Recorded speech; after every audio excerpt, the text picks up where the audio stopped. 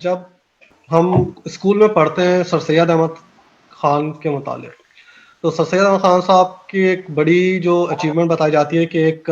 گستاخی کی گئی اور وہ تڑپ کے لندن چلے گئے اور انہوں نے کتاب لکھی اور اس گستاخی کا جواب دیا۔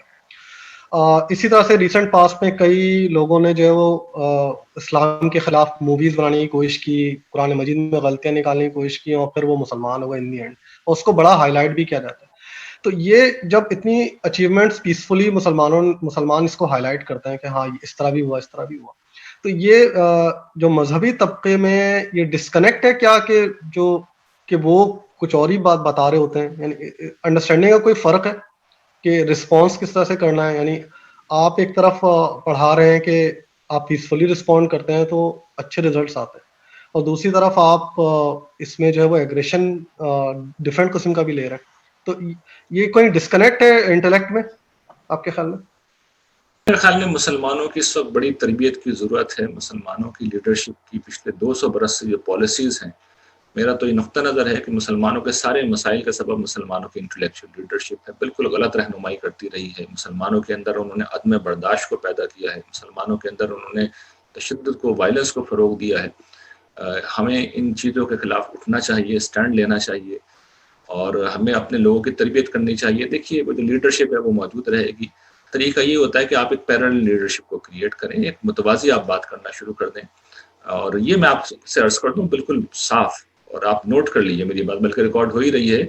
یہ جو 20-30 برس کی بات ہے، یہ جو ہماری موجودہ مذہبی قیادت ہے جس کا اتنا انفلوئنس نظر آتا ہے، اور اس کے پیچھے بھی ایک پس منظر ہے، ظاہر ہے کہ وہ ایک اسٹرگل تھی، بہت بڑے لوگوں نے کی، بڑے غیر معمولی لوگوں نے کی، اور اس کا جب ٹائم آیا تو وہ سارے بڑے لوگ اس دنیا سے رخصت ہو گئے، اس کے بعد دوسری سطح کی قیادت تھی، اس نے لیڈرشپ سنبھال لی، اور اسی وقت اس پورے مذہبی معاملے کے اندر پیسہ بہت انوالو ہو گیا، پالیٹکس انوالو ہو گئی،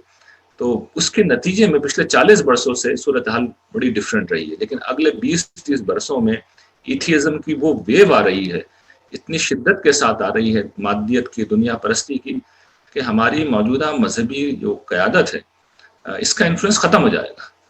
اور یہ یعنی ہم کوئی پیرالل لیڈرشپ کریٹ کریں نہ کریں، اس کا انفلوئنس تو ہر حال میں ختم ہونا ہے۔ اس کی ایک بہت سادہ سی میں آپ کو مثال دے دوں، کبھی آپ کہیں کہ یہ تو صرف دعوے کر رہے ہیں،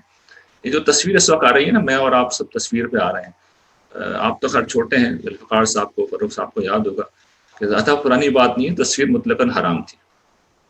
مطلقاً حرام تھی، اور اس کا کوئی سوال ہی نہیں تھا، اس پہ کتابیں لکھی جاتی تھی، اس کے اوپر بحثیں ہوتی تھی۔ یہ جو خواتین ہیں، اب خواتین اسکالر بھی ماشاءاللہ آتی ہیں، ان کی ویڈیو بھی آتی ہے، تو ویڈیو بھی حرام تھی، خواتین کی تو آواز سننا بھی حرام اور ناجائز تھا۔ آپ کو یاد ہوگا ہمارے بچپن میں خواتین کی علیحدہ یونیورسٹیز کی بڑی بحث ہوتی تھی، بڑا ہوتا تھا، وہ ویسے ہی ختم ہو گئی، تصویر کی بحث ختم ہو چکی ہے، خواتین کی آواز کی بھی بحث ہے، بہت سے اس طرح کی بحثیں وقت کے ساتھ ساتھ خود بخود ختم ہوتی چلی جائیں گی، تو انتہائی برا وقت ہے جو اس پہلو سے آ۔ تو اصل کرنے کا کام یہ نہیں ہے کہ آپ کو کوئی مذہبی لیڈرشپ کے خلاف کوئی سٹینڈ لیں، وقت تو خود ان کے خلاف فیصلہ دے رہا ہے۔ اصل مسئلہ یہ ہے کہ جو ایتھیزم آ رہا ہے، جو لبرلزم آ رہا ہے، جس کے اپنے خیالات ہیں، جو بنیادی چیزوں کے اوپر سوالات اٹھا رہا ہے، سنگین سوالات اٹھا رہا ہے، اس کا جواب دینے کے لیے اب آپ کے پاس کیا ہے؟ کچھ بھی نہیں ہے۔ تو میں تو نہیں سمجھتا کہ میں اپنی مذہبی قیادت کو اپنا رقیب بھی نہیں سمجھتا، میں تو سمجھتا ہوں کہ ہم ایک ہی ہیں، اس لیے کہ جو اگلا آنے والا وقت ہے اس میں اصل میں ہمیں صرف توحید کو ڈیفینڈ کرنا ہوگا، اور اس کو بھی ڈیفینڈ کر لیں تو ہم بہت بڑی بات ہوگی۔